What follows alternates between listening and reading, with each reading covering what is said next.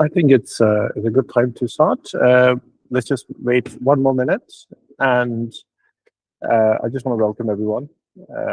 And what we have is it's going to be a quick presentation. I'll give you a big intro about research platform that we have and how you can use Kubeflow Trainer to have a more distributed training across HPC clusters.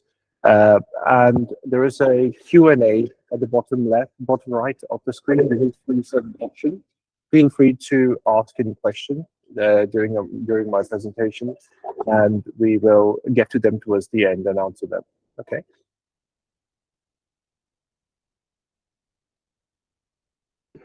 A quick thumbs up if you guys can hear me okay.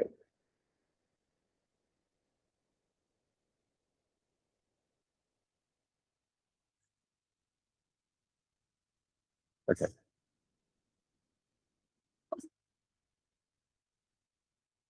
That's cool.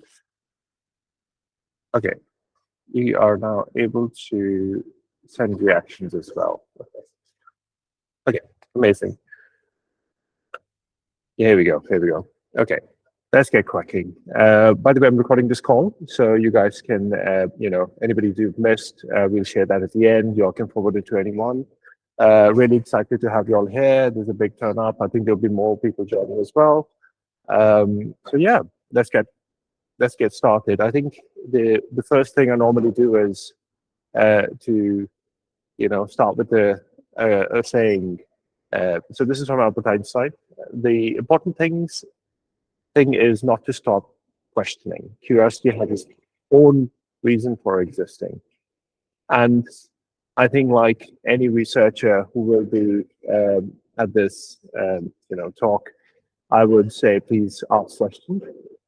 Could be any questions, silly questions, no matter what they are. But just keep asking questions. This will take you really far in life. We're all going to be learning. I think Albert Einstein said as well that you're going to be learning all your life. So I think it's very important to also understand the kind of pain points across research institutes. Currently, we work with a few research institutes, and what we normally see is that we've interviewed a few in the past few years. GPU access is becoming quite a scarcity. Lots of researchers here probably know about Slurm as well. So you have lots of Slurm queues that sometimes last for days. You have training models that people end up doing on their laptops. You have data issues. You have not access to shared place where you can kind of collaborate easily. And then you have compliances and data sharing agreements, etc. And what ends up happening is that you guys have lots of fragmented tooling per research group as well. And then finally, if you use cloud, you probably know about the word vendor lock-in. And I think one thing that we're very surprised to see is that lots of research institutes are still, or the researchers are still not using Git properly. Obviously, you have GitHub.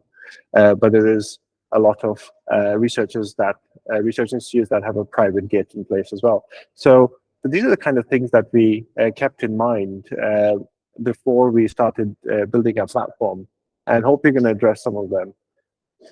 But also, it's very important to know that it's not just about AI or LLMs that make up your modern tech stack these days for research institutes. There's a lot of other things as well. Researchers usually tend to think that, okay, it's just a Jupyter notebook that they're going to live in. But no, there is a lot more of the tech stack that you need to accomplish a bigger goal. And talking of which, you have quite fragmented, data types that you have to deal with if you're a researcher. You probably know the electronic health records, EHRs. You've got variables, again, a lot of time series data there. You have folks from genomics, a lot of heterogeneous data that can be quite messy, quite hard to deal with. EEG as well, similar to kind of variables, you have a lot of time series data. And, when you have large research cohorts, these can span from gigabytes to petabytes in scale. And if you're used to kind of traditional HPCs, flat files are not the solution. You can't just save everything in CSV, petabytes of data, and assume that is going to last forever. And another thing in life sciences, what we've observed is that there is, about 70% of the machine learning is statistical machine learning and causal modeling, which was quite a significant number when we started interviewing a lot of research institutes. And then about 20% of which is the deep learning models. And believe me, like 2 years ago, there was not much of large language models anybody was using, but now about 10% have adopted large language models. You've got NVIDIA NIMs as well, but as an example. But we see a lot of interest from research institutes utilizing large language models at scale within the research groups, but a lot of them are still relying on the Claudes and the OpenAIs of the world, which has some issues. And here is a little example of where we come in, what we do. I think this is the top bit, which is the StackEdge portal. This is what the researchers usually have access to. And there is where they can, collaborate, spin up databases, etc. And Kubeflow, which is, what we're going to be talking about today, is just a small little box there, which is in the MLOps section. But there's a lot of other things that, researcher needs to, be able to enjoy research. And they should, tools should be on your fingertips. And the other interesting thing that we do is our platform is based entirely on Kubernetes. We can spin up Kubernetes clusters within 10 seconds. And that really gives you a very kind of enclave sandbox environment. And then we have a few multi-tenancies within the platform that enable researchers to have, added multi-tenancies and security for data sharing and privacy between research groups within institutes. And finally, we have a ability to expand your HPC by giving them GPUs from the cloud. So our aim is to make sure that the data stays where it is, and you're able to get access to state-of-the-art GPUs and pool them without having to worry about infrastructure. So GPUs, AI workloads should be on the fingertips for research institute user, and that's our aim to achieve within research institutes through our platform. Very exciting to share. Lots of users from Imperial College London are on this call as well. We have about, since 2023, we have been serving and helping the UK dementia research accelerate at Imperial, and also scaling into UCL and other institutes as well. And we currently have an A100 GPU cluster and the HPC cluster that's being managed by the platform. And we're very excited to help you guys make use of a lot of interesting things there. On the portal, you guys will see, obviously sandbox environments, but then you have a lot of managed services. I think Emmanuel, who will be going through in detail on the demo of how you can use the Kubeflow Trainer. He will show you that it's not just the Kubeflow, but you have a lot of managed services that you can click and deploy and get access to state-of-the-art. If you're using LLMs, then you have vector databases. You have a whole lot of NoSQL databases, ability to create pipelines in Airbyte, Airflow, etc. Everything is there. And I think Emmanuel will show a quick demo of how to use them at scale. Then we have serverless functions, GitOps, etc. So it's really exciting to have you guys also tell us any features that would really benefit your research group in general. This is the kind of the analytics and the MLOps toolkit. We have the Kubeflow, which has also got MLflow built in. You've got access to notebooks. I think nowadays VS Code has become a standard instead of a Jupyter notebook. But yeah, we still have a lot of users still using Jupyter lab environments. And I think talking about Kubeflow is really important to know that I think I have a slide for that, but it's very important to know that it's not a Jupyter notebook. It's a Jupyter lab environment that you get. And you can almost do the same things with the VS Code environment within Kubeflow as well. When you are creating a notebook, you have the option to create a VS Code environment that is running on your browser. There are lots of advantages of that rather than doing stuff on your laptop, because you have got almost the whole cluster's resources to use. And then there's a lot of components within Kubeflow, like data ingestion. Notebooks you already mentioned. You have the training pipelines, which we'll go a bit deeper in. You've got the model tracking, serving and inferencing using KServe, for example, and then monitoring. So our platform integrates really well, where you can get to see everything on a kind of holistic view, but also you can delve in deeper to get access to other databases that you can spin up and then access from the Kubeflow notebooks. I think most of our demo will be utilizing the VS Code environment. And guess what? You have you have access to Claude within VS Code as well, because researchers can use Claude to kind of create your notebooks and the coding, because that's what has become a standard these days. It's quite exciting to see how that's helping research as well. I think this is my final slide before I hand it over to Emmanuel. Our aim as a research platform is to work towards a federated research infrastructure. We already span our network across lots of research institutes and about 30 cloud providers. So you can get access to GPUs and compute very easily. And that's the whole idea, that how can you do it in a very shared compute, but without sharing the risk, and also to make sure that the data sharing agreements are in place, and also the compute is available with just a click of a button. I think it's time to get hands-on. I think I will hand it over to Emmanuel, who will show you some demos. And by the way, please ask questions. There is the meeting tools button at the bottom right. You can see a Q&A there.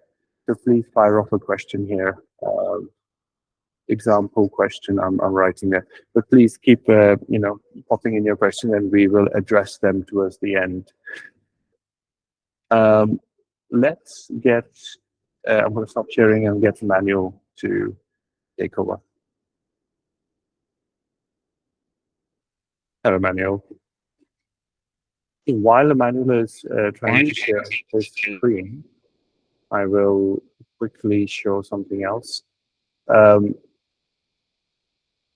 So this is, so I think Emmanuel will VPN into an existing HPC cluster to show the example.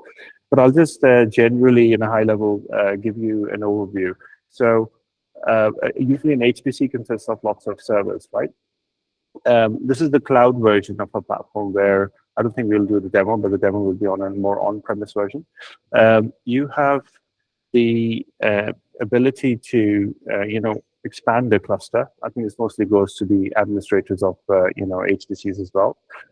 Getting access to GPUs, for example, within any region becomes very easy. So say, for example, if your main user base is within UK, then you can click here. Or if it's Europe, say, for example, EU, understanding where GPUs are available. Say in this case, there are also GPUs available in Frankfurt. These are A16s. You have a whole bunch of H100s, H200s available as well. So you can click and deploy them extremely quick, extremely fast. And what it does is it adds it to the pool. And this, as soon as you have a big enough pool, then you can start sending your workloads to it. So we make it really easy to kind of scale in any region. We also have the Kubeflow piece, which I think Emmanuel will be showing. But besides that, once you have a namespace where all the work goes in, if you're familiar with Kubeflow, you have a namespace where all the data and your notebook and the data sharing goes, stays. That's where you would collaborate. And within that namespace, you can then spin up other databases like CockroachDB. If you guys are working with ECG data, we would highly recommend InfluxDB or TimescaleDB, like this one. So you can click and deploy that, and from your Jupyter notebooks or your VS Code environment, you can then connect to it and start offloading data. While Emmanuel is rejoining, I will show you guys projects. So within the platform, you have a few layers of multi-tenancy, which is really important to know, because when you're using Kubeflow, there is a lot of, there are a lot of quotas. If you're using the Kueue in Trainer, the Trainer V2 especially, you need to make sure your administrators give you enough quota, GPU, CPU, and RAM quota, to be able to deploy that pipeline or that job that has access to more than just one GPU. I think that's extremely important to kind of realize. And in our platform, you got the project. Projects are like the other than the cluster, you have projects, which is the highest level of multi-tenancy you get. Within a project could be, for example, dementia research, and under a project you can create multiple stacks. Every stack is basically a Kubernetes namespace. If you guys are not familiar with Kubernetes, don't worry about it. But namespace is basically an isolation there. And anything you deploy within that stack is then, the team is now able to see that. And if you're a part of that stack, you will be able to control, view, or either edit that component as well. A Jupyter notebook or a VS Code environment is nothing but just a component. And the good thing is that, or the most important thing to remember, is that important thing to remember is that you have within the stack any kind of, say for example, this is like a demo stack. Within the stack, any component that you deploy, you are able to speak to each other using its name. So for example, in this one, we have a web UI enabled. You have a LLM with a Q3 4B model deployed on a GPU, and you have some Grafana dashboard. So you can also deploy your own apps as well. The important thing is to remember is that when you're within a stack, all these things will be able to talk to each other. And the high-level quotas that you have for your stack really dictates how much access you have as part of the cluster. So the cluster can be pretty big, and your department, which you represent, might have a specific amount of, let's say 10% of utilization quota, and the GPUs would be kind of allocated for you for that.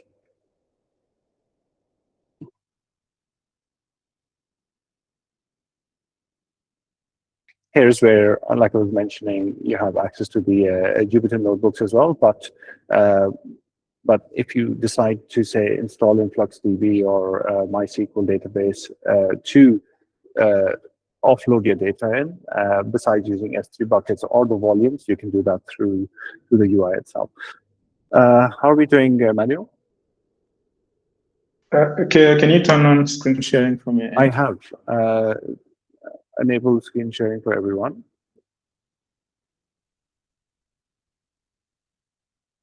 So now can you see my screen? Absolutely. Yeah, we can see and we can hear you clearly. Okay, good. Sorry for the hiccup. So taking from where Jeremy left, so what we have here is if you get a demo stack, like I was telling you, you can have custom applications, you can have notebooks, database. For database, if you are learning some researches which have like a lot of time series data, it will be that you can have mostly the read rate on the drive might be slower than what you can get using a very time series data, and then what you can be able to scale. So the scalability of InfluxDB will start better when you are running some long-running series data which you don't know, or you can easily scale the DB on multiple shards and request more capacity as you go. So this is there's a small demo on the code will be shared after this. What I want to show you is pretty much how you can interact with the whole cluster, not just querying the notebook or locking your training run on a single GPU. What the platform has, you can request DB on, you can request GPUs on your runs, and then the capacity will be locked in on your training runs. We use Kueue. I think from some of you are coming from the HPC, are pretty much familiar with Slurm. But in Kubeflow, Kueue serves the same functionality that what Slurm gives you. But the benefit of it is that it scales better, and then when you can have portion of a MIG capacity of a GPU. Let's say you can request a 20 GB GPU, and then do your training as you scale, add multiple GPUs. At the end of your scale, at the end of your training, your GPU is released, and the cost of it you're charged for the usage only. So imagine at this scale where the compute is scarce and the price has shot up to the abnormal levels that we're seeing. Running an A100 24/7 for a full month might cost you more than 20,000 USD, but you might not need to do all of that. Having the full A100, you can request a capacity that you need for your trains. Run your training runs, schedule your jobs. No one can hold the GPU or lock it. All jobs will come, be queued in the queue, and then as the parallel processing is going on, the queues we provide, you can go to as more GPUs you add, you can scale more training at the epoch side. So let me just take you through the small demo. First, the InfluxDB. This is the DB we provision from here, from the cluster. You have some data for Alzheimer. These are some sample data which will be shared with you if you want to run some of these sample codes. You can connect to the DB, run a simple exploration for MRI or 4 dementia stages. I think some of you are in the dementia research are pretty familiar with some of this data. So once you go through it, you will understand more.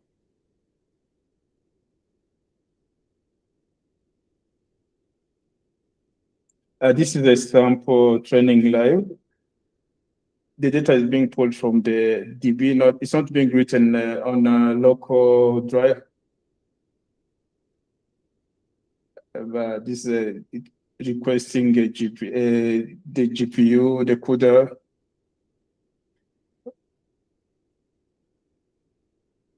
yeah, you set up your tensors and then you start your runs.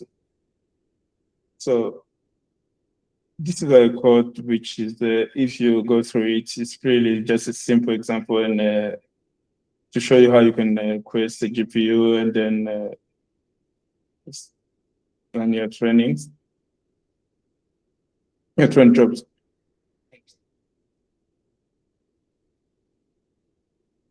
This is running on a portion of a MiG-1 G20 GP. Maybe, So Emmanuel, you could mention a little bit about the MiG itself.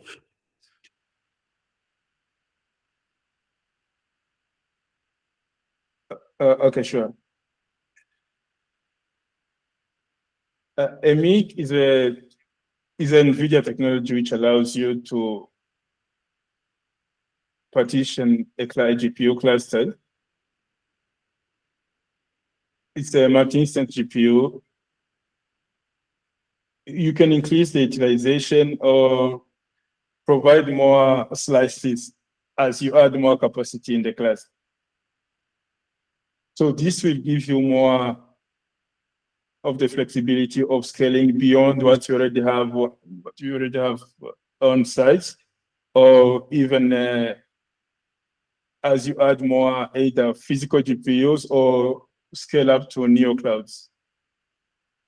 If from your cluster, you will see one single cluster and then distribute all your jobs to the whole available capacity. If you put, let's say you can have 8 A100, which can be portioned maybe in 44 MiG, each with 20 GP. So at that, you'll be having 2088 GB of available VRAM. If you were running without some kind of partitioning and queuing of your jobs, some training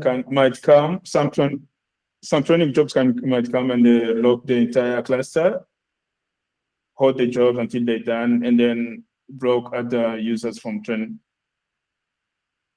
So there's one which is the parallel processing. You distribute your job into your different slices, and each slice is released at the end of the training.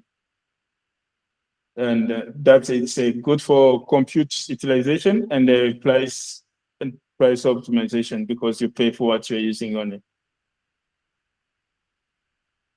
So if for just a simple train of like this one where we're streaming data on the influx DB taking a few seconds, it might not be more visible. I will show you another simulated training where you can now scale to more than one. These are scripts. It's these scripts I'm about to learn. Once it starts, I will show you how much GPU is requesting and how much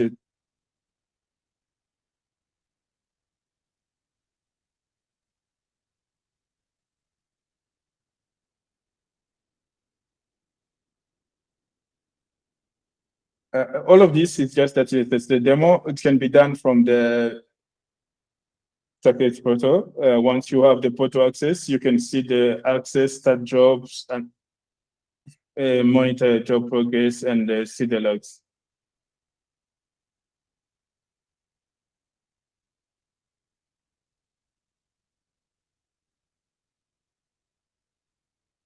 So all these are using a portion of the GPU. These are the 20 runs working on a single jobs distributed on the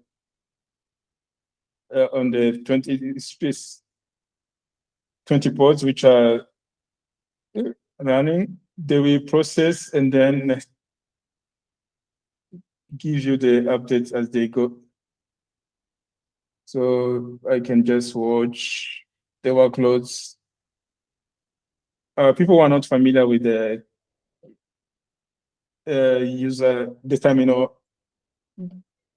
They can use the circulate photo and monitor the progress of their job. So all these at the end of the talk, we'll share the link where you can see some of how to use the photo and then how to monitor these jobs. So once these jobs are completed, the GPUs as they were using, they're released back to the clusters and they go to the pool and they can be used by any other job.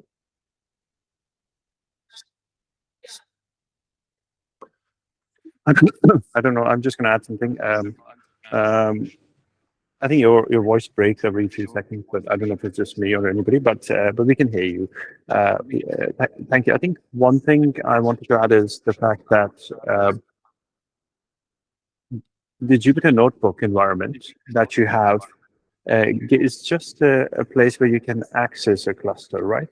That's where you can do kind of your high-level exploration of the data. You can create your code base there, but it's not a Jupyter Notebook environment is not a place where you should be, because you can attach a GPU to a notebook as well. Lots of researchers I see end up just using that particular notebook environment as a cluster, but that's not just a cluster. It's just a GPU that is stuck to your notebook. I think the better convention would be to have a very small GPU for your notebook environment, and then use that to test your scripts. Then you use the Kubeflow Trainer to then send a job to the bigger portion of the cluster. I think in that case, you are not binding a GPU only to your notebook, because as soon as you spin up a notebook environment with the GPU, that GPU is going to be reserved just for you. Nobody else can use it. And if there's any idle time on the GPU, which is extremely bad for HPC cluster, the other researchers will get affected. So this is where the Kubeflow Trainer comes in, and as soon as you create a job, it will look for idle GPUs, use them. Once the job is complete, it will release them back. And also, you don't have to be logged in to check this. This just happens behind the scenes. You can look at logs from the portal or from kubectl through the CLI as well. I think these are very important things that every researcher using the platform should understand as well. Okay, over to you, Emmanuel. Yes, thank you, Jeremy. Actually, that's the point I was coming to, because in this in simple run, I showed you how you request only one single GPU to run a simple run. All these metrics are written to InfluxDB. You can read back the data and see the accuracy. You can read it. All this data is written in InfluxDB. Now, the next stage is if you've already used your notebooks for proof of concept, or you want to go scale your research and your runs, that's when now the multi-GPU runs comes in. You can promote the same model to an 8 GPU to end job. This is what I want to demonstrate here. So we have this Python code. I think we share all this. You'll be able to go through it and then understand what this complexity you're trying to simulate. And so if you have like 40, you can increase this epoch to see the runs, and all your parameters can be set. So this is one of the config which goes into the cluster. So these are things these are the complexity that the platform obfuscates from you. You don't need to know most of this detail. All all you have to know is just your code, and then know that your runs will be able to access the full cluster size.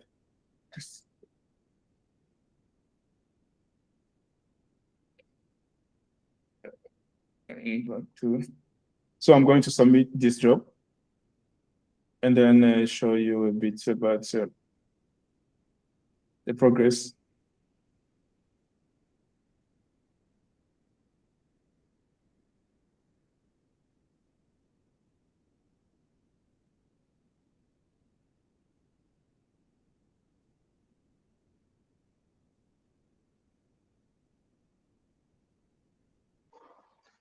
I think while Emmanuel is doing this, I will also mention one more thing.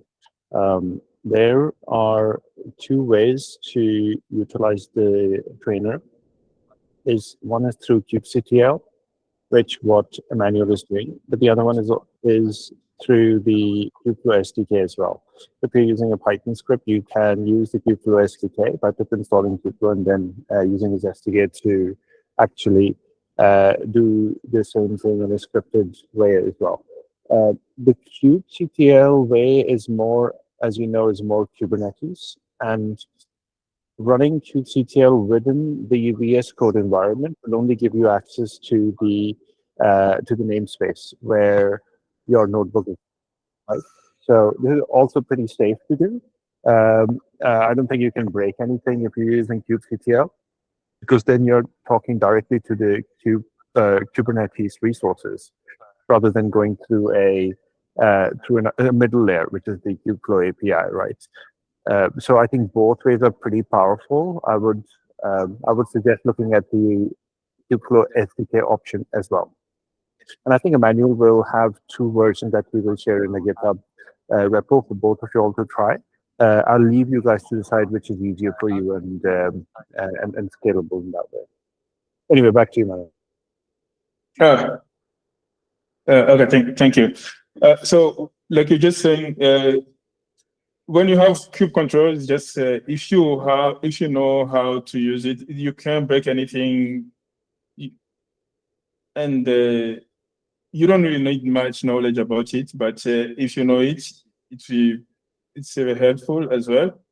It elevates to submit some of your jobs. But everything you need can be done from your VS Code or your Python interpreter.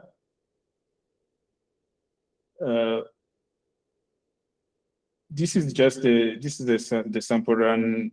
It will take like 5 minutes to train. I'm just saying what's under the hood, and we have all these GPU slices are processing one task. Running I think in this cluster that you're showing, I believe it's an A100 cluster with every A100, which is usually 80 gigabytes of VRAM, that's been sliced through MIG into 4. So I think you have 20, 20, 20, 20 of the GPU, right? But then when you're running a training job that is going beyond that notebook, obviously, where you might have just 1 MIG available, 120 gig MIG available, and then once you're doing the training, you can actually get access to a larger MIG availability. I think one thing that will change, depending on the cluster you guys are using, is to know that what is the ID, the GPU ID of the MIG. So however it's tagged is very important. So sometimes you might not have MIG available in your GPU cluster, and you might have a fully dedicated GPU. In that case, you don't need to have the 2G dash 20G MIG piece. You could just have the number of GPUs you want. And I think most of the examples you will find online, besides the one that we share, they would be without MIG. So I think this is also an important distinction to make. But it all depends on which HPC clusters you all are running, and you can check that using kubectl as well.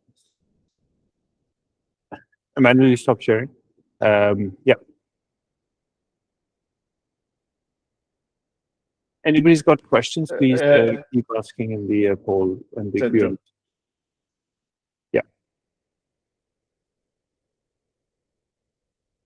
Emmanuel, is that correct, what I said? Yeah, correct. So you're just explaining what I was just showing, what goes under the. So initially, if you submitted on a single notebook for your prototype, you get a single slice of this one running node space of the 20 of the MIG 20 GB. But in my demo script, I requested 8 of them to process this task. And then from the config, you can, in the queuing, depending on the reservation you have put in, you can start with the 8 because you know it's the baseline performance of what your model needs.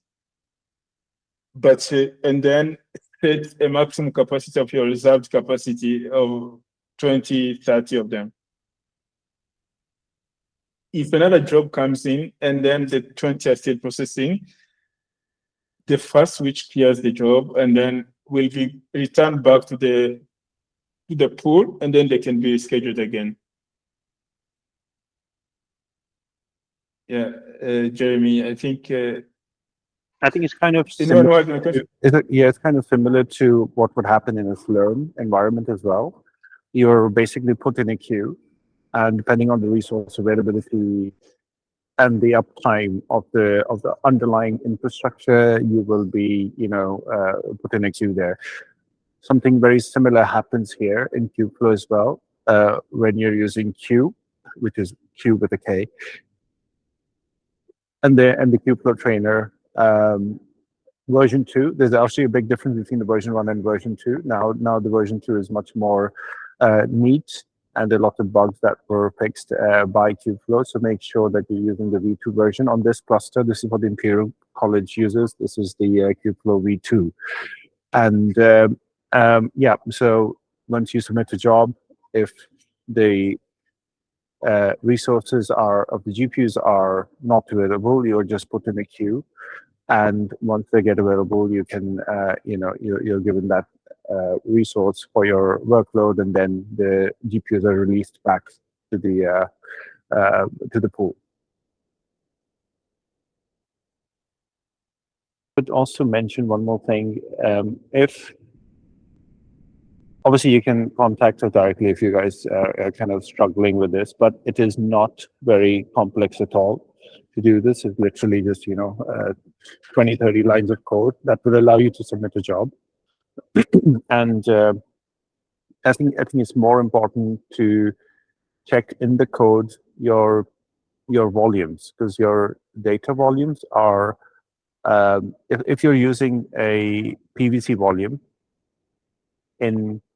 for your notebook, you have to make sure that is accessible by in the trainer by other GPUs that are going to access it. Okay, so obviously there's very high speed connectivity between the nodes and your volume, which is actually replicated across multiple nodes as well, because we use a special disk replication to make these things much faster rather than using a network storage. The data will be accessed by the GPU, and I think once it accesses it, then your job proceeds. So just keep it in the code. Make sure you don't miss out on that. Yeah. Okay, so, I think please, Emmanuel, read. Yeah, to recap, all you need is just your code, the environment which is configured depending on the interpreter you want to use, and the image of the if you're using PyTorch or JAX or whatever environment you want to train on, and then your PVC where your data is mounted. You can either use the train job through the kube config. This one you don't have to know, or through the Python SDK where you call from Kubeflow Trainer import train client and custom trainer. That's the only code, only this piece of code. That's what you need. And then you specify the number of nodes you want to send your jobs to. If you're sending to one and then more than one as your reserved capacity. So in a multi-GPU environment and mass node, you just need the number of nodes, one process per GPU per node, which is set automatically, and then the trainer has the distributed environments in your loop. The loop doesn't change. So in the class I was showing you, we had more than 8 GPU using DDP. The DDP is the distributed data parallel across all the MIGs slices which we had set up. So this is what now where the Kueue and the trend job comes in when you have many users in one GPU pool. Without quota, first come grabs everything, others fail or wait. When you need fair and quota bounded per namespace scheduling, so that's when now we use Kueue for the capacity management. The same thing you get with Slurm in an HPC cluster, you get the same on Kubeflow using the Kueue. So if you're coming from Slurm, and then if you're coming from Slurm, you already know SBatch and the partitions and Kueue bind quotas. So in Kubeflow, we have the trend jobs, which runs over pods, and then a Kueue binds the namespace to the quota which has been assigned. And then you version your version of each version configs, which defines each lance. So this is where you have quote early sources, cluster Kueue, and local. These are just configs which are done if you're using the platform. Most of these, it will just be you requesting capacity and then from your notebook, sending the job, updating the version of the quota you're running on, and then submitting your trend jobs with the trend job. So to recap, this is what use the notebook to prototype, submit your jobs. If you want to scale, use the trend jobs, and then Kueue to share capacity. So this is pretty much what you get from using Kubeflow and the Trainer v2, which is Trainer v2 is just 4 lines of code for you to do all this from a single notebook to the trend job and then share capacity so that you don't hold the GPUs and you can say there can be fair sharing of the GPU resources as is the scales commodity as of now with the scale of LLMs and the explosion of AI. So everything is production ready by design and very resilient and efficient and fair. Well, with Stacklet, you get one platform where everything is presented to you and you can scale and add more of the add-ons from the marketplace. Like I showed you the InfluxDB. You don't need to worry if you need like a 60 GPU of volume to save your time series data. If you have InfluxDB, which can scale from multiple shards, you don't have to reserve 60 GB when you're starting with 10 GB. Just hook up your InfluxDB and process all your time series data from database or timescale DB. So this is what we the notebook, the trend job, and the quota management. So we share the link to the Stacklet docs and how to doc at the end of this. And the code snippet will be shared in a Git repo. Thank you, Jeremy. You can take it from me. Yeah, thank you so much, Manuel. Appreciate it. I'm sure you guys will have questions. We can have follow-up questions later on as well. But one thing I'd mention is that obviously we did a demo showcasing InfluxDB as an example. This is because we have some users with EEG data that they have, that can be hundreds of terabytes. So instead of storing them, I think it's really important to know what is the best storage option for you. Traditional HPCs just usually allow you kind of a simple NoSQL or flat, file structures, disks to store data in. I think with how data has evolved nowadays, it's very important to choose the right database for your data type because data querying aggregation, etc., is going to be much faster using the right choice of database.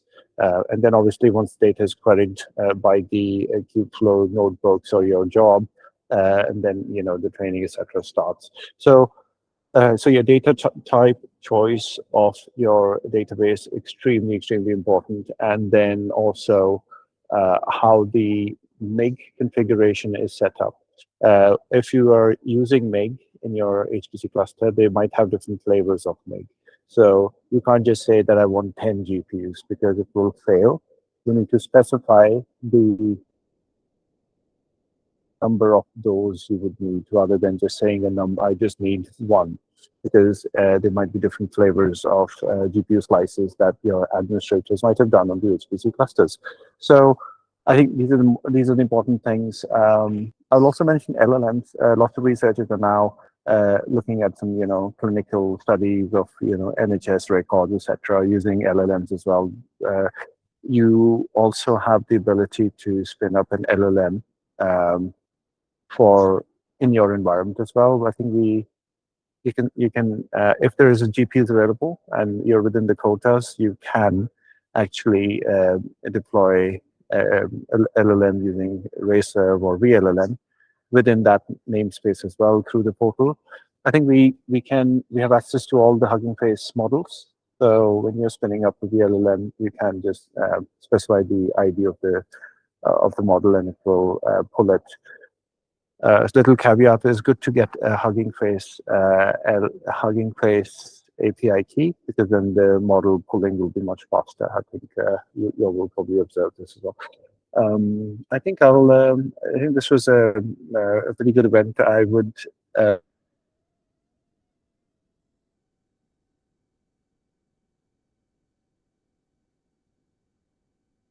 We'll share the playlet.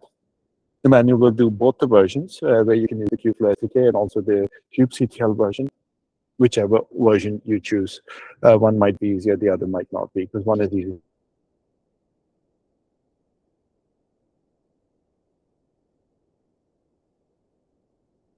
I'll just send a message, follow us on LinkedIn. Any questions we should answer? I'm just going to go and check in the poll.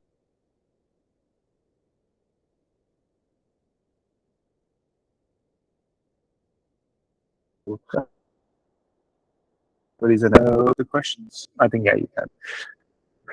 Any questions you all have? I think